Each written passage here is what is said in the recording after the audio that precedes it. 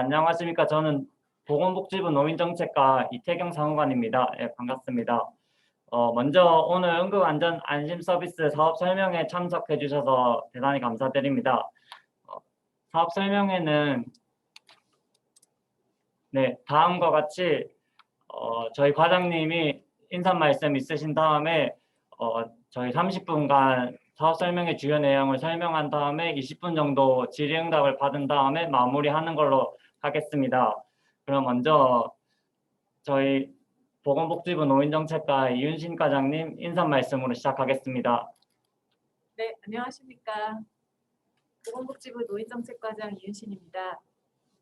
먼저 우리 부에서 진행 중인 응급안전 안심 서비스에 관심을 가져주시고 사업 설명회에 참석해 주셔서 감사드립니다. 응급안전 안심 서비스는 취약계층인 노인, 독거노인과 중증 장애인의 댁내에 응급안전 장비를 설치하여 위급한 상황으로부터 안전한 생활을 보장하는 서비스로 올해 3차 사업을 시작할 계획입니다. 2025년 노인 인구가 1,000만 명이 되는 시대를 눈앞에 두고 있는 상황에서 노인에 대한 돌봄 서비스의 강화가 필요하며 특히 4차 산업혁명 및 ICT의 발전과 결합한 스마트 케어의 적극적 활용이 필요한 상황입니다. 증가하고 있는 노인 독거 가구에 대응해 응급안전안심 서비스는 독거 노인의 응급 상황 발생 시 신속한 대응을 하는 것을 1차적 목표로 삼고 있고, 이에 더해 생활정보, 건강, 정서적 지원까지 포괄하는 서비스로 확대하는 노인에 대한 스마트 케어를 모색하고 있습니다. 이 사업이 성공적으로 정착하고 발전하기 위해서는 최신 ICT 기술을 반영한 응급안전 장비를 제공하고 노인 맞춤 부가 콘텐츠를 개발하여 5년간 장비의 운영과 관리를 할 우수한 기업의 참여가 필요합니다.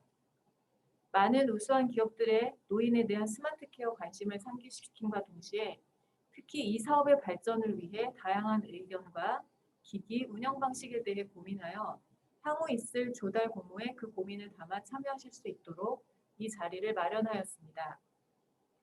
이 자리가 응급안전안심 서비스의 발전뿐만 아니라 미래 노인복지 서비스의 새로운 무대를 만드는 데 기여하게 되기를 기대합니다.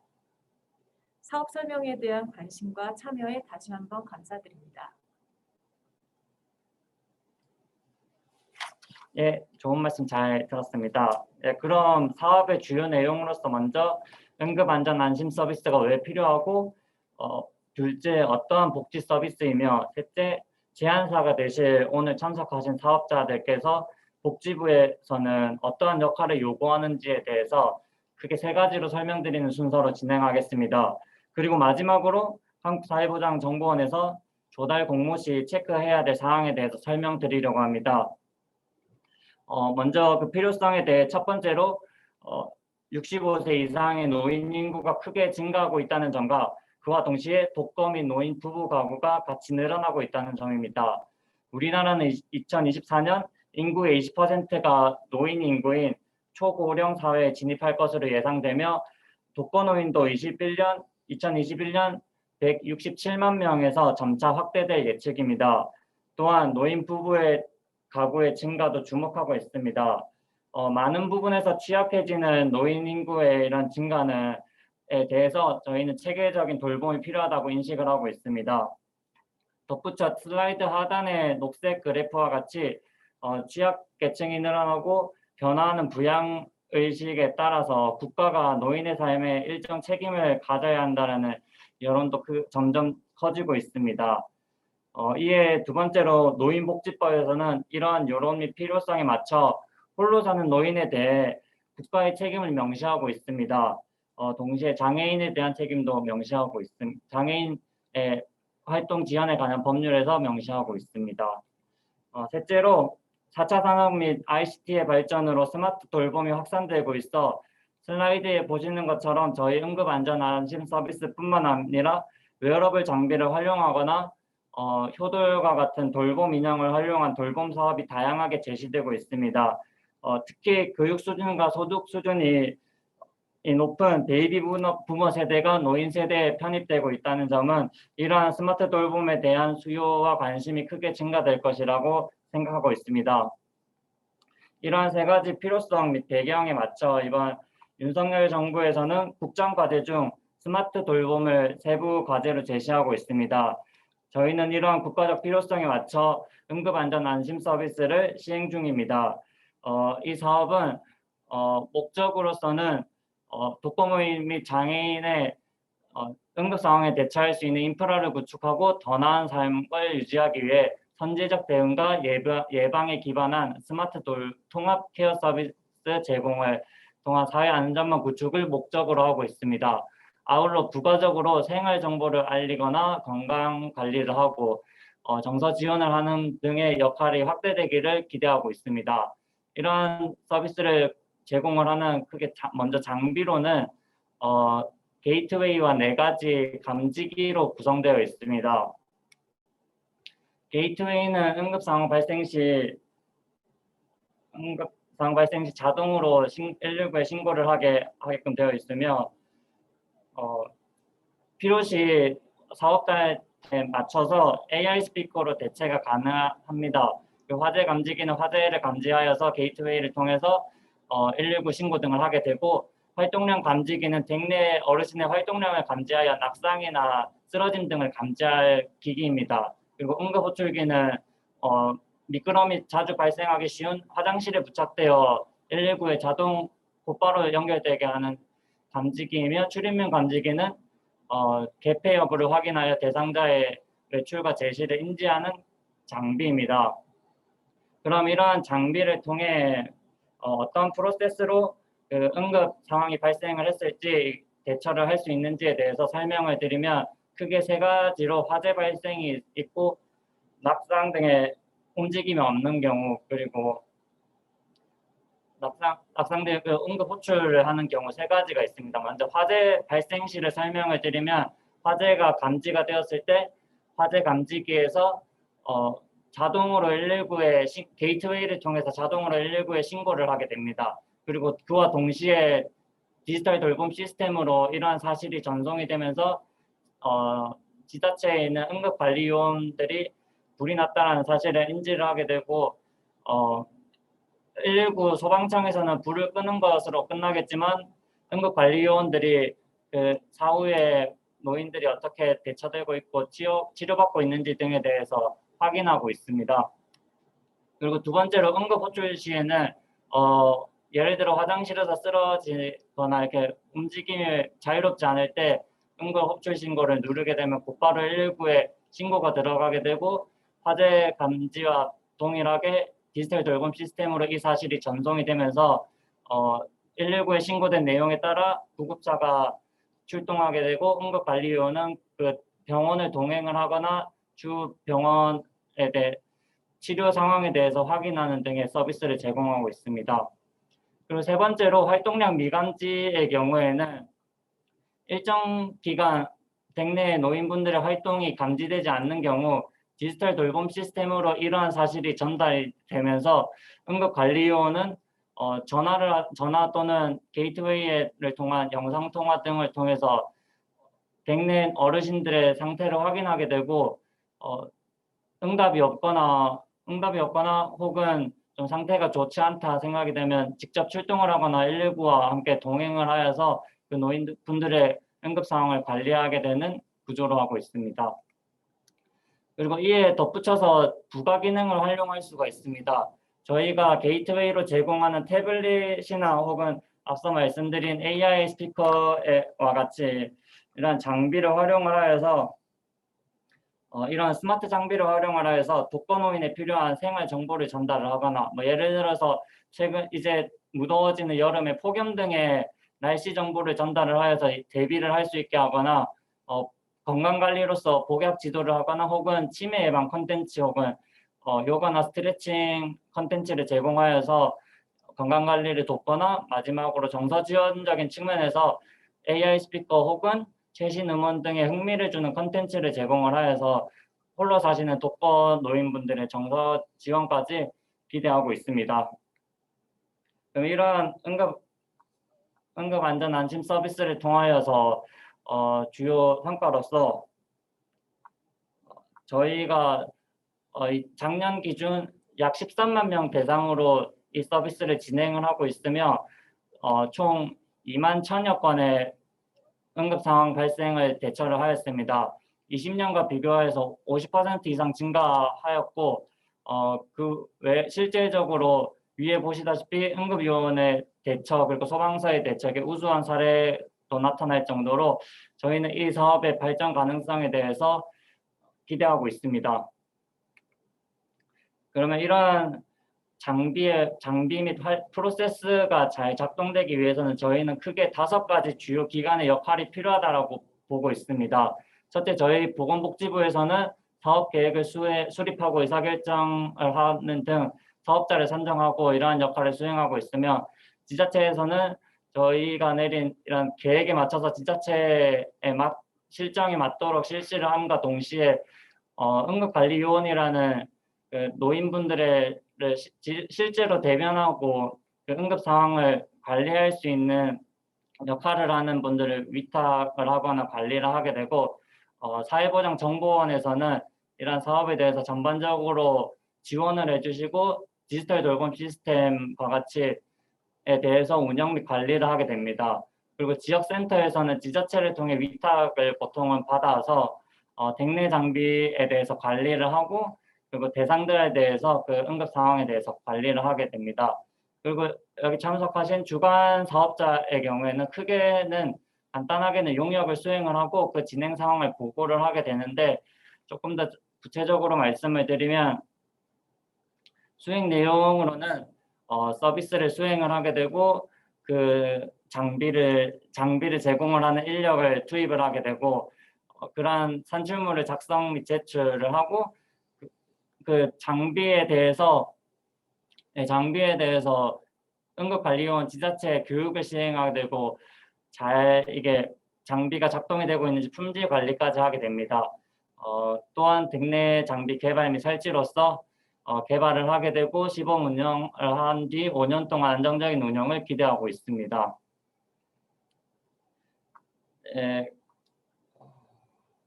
그러면 이러한 역할에 대해서 다시 한번 저희가 이렇게 사업 설명회를 통해서 계약하고 요청하려는 내용에 대해서 설명을 드리겠습니다. 먼저 저희는 앞선 장비를 업체를 통해서 조달을 할 계획을 가지고 있지만 이 사업은 엄밀히 말해서는 장비 구매 사업도 아니고 사실 장비 임대 사업도 아닙니다. 저희는 댁내 응급 상황의 발생을 감지하고 디지털 돌봄 시스템으로 자료를 전송하며 119에 연결하는 등의 응급 상황 대처를 첫 번째로, 그리고 그 장비의 유지 관리를 두 번째로 하여서 그러한 서비스 용역 전체를 구매를 하는 사업을 사업단에게 요구를 부탁을 드리고 있습니다. 그래서 슬라이드에 있다시피 서비스 계약이며 댁내 장비 임대료, AS, 통신료, 콘텐츠 비용, 중개 서버 운영비, 댁내 장비 이전 설치 및 철거 등의 일체 관리 비용이 포함된 내용으로서 저희는 이러한 내용을 계약을 하려고 하고 있습니다.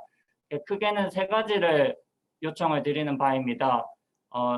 이 화살표는 저희가 하려는 일정의 순서에 따라 진행이 될 예정이고, 계약을 한 다음에 저희의 요청에 맞게 장비를 개발을 해주셔야 되고 이 개발된 장비를 저희가 계획하는 그 일정에 맞춰서 설치하는 거에 일정을 준수해 주셔야 되며, 이 설치가 완료된 10만 대에 대하여 5년 동안 안정적 운영을 지원해 주셔야 합니다. 그래서 첫 번째로 장비 개발의 측면에서는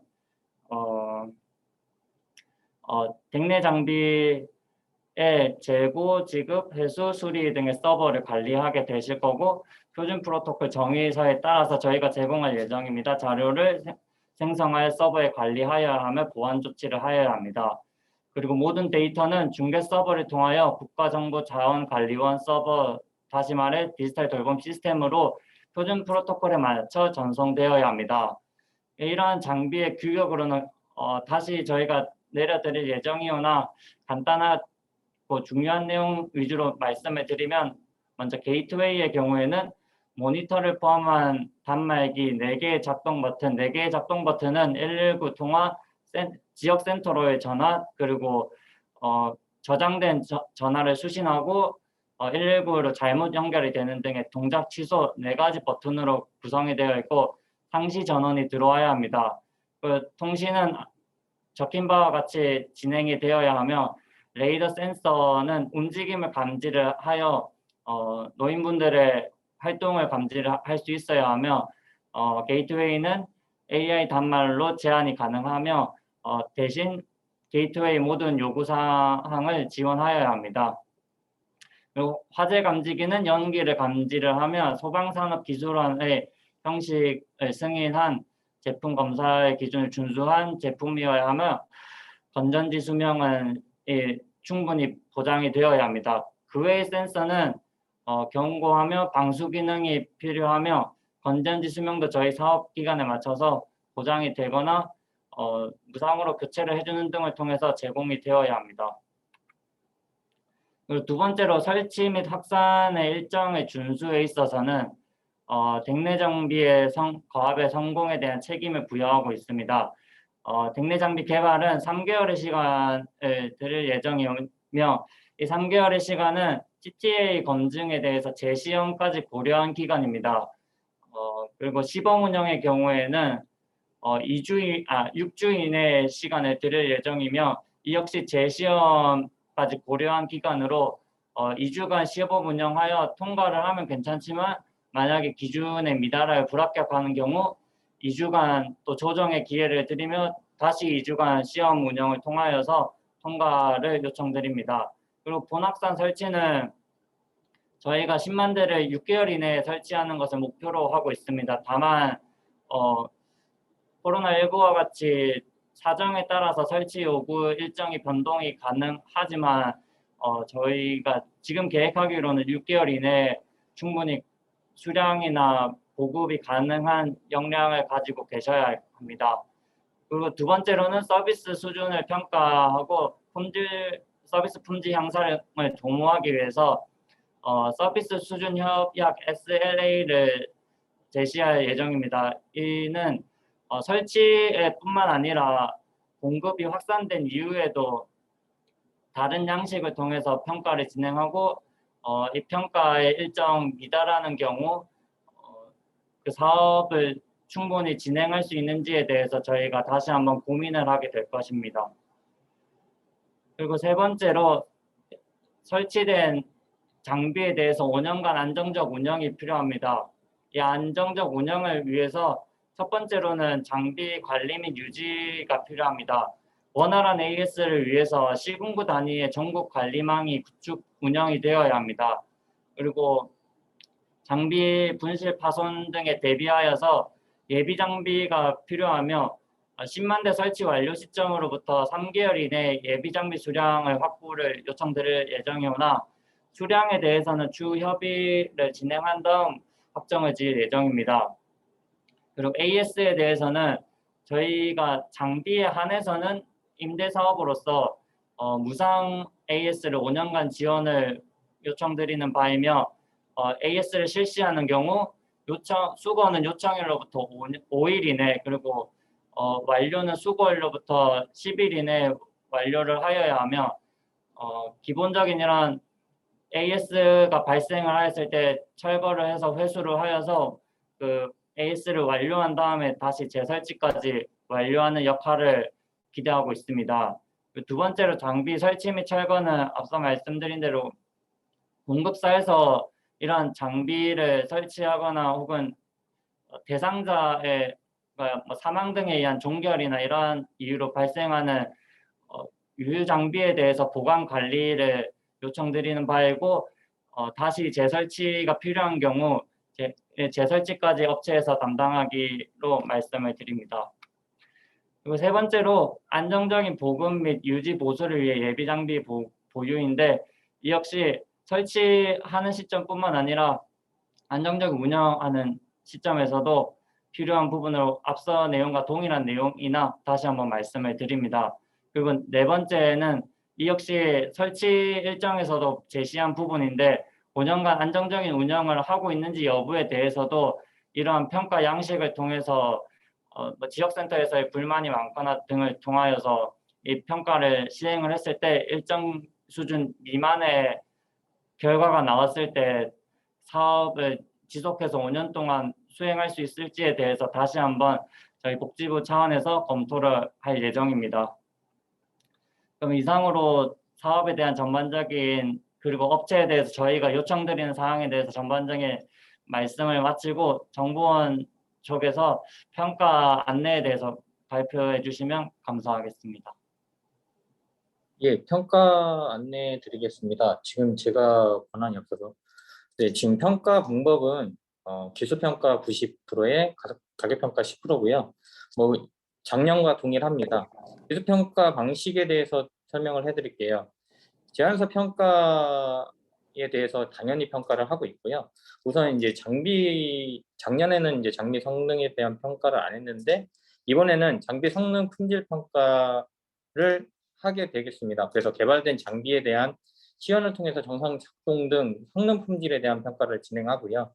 그리고 프로젝트 관리 방법에 대한 평가를 진행하겠습니다. 설치 및 확산 후에 사업 운영 방법 등에 대한 그 프로젝트 관리나 지원 방법에 대한 방법에 대해서 평가를 하도록 하겠습니다. 또한 네 번째로 안정적인 운영을 위한 직무 평가를 하겠습니다. 경영 상태나 장비 설치, 유지 보수 관리망 규모에 따라서 저희가 그 등급을 이제 평가하는 방식으로 가겠습니다. 또한 가격 평가는 이제 10%로 진행이 될 거고요. 저희가 이제 제안 드리는 바는 이렇습니다. 다 혹시 질문 있으시면 다음 페이지로 좀 넘어가겠습니다.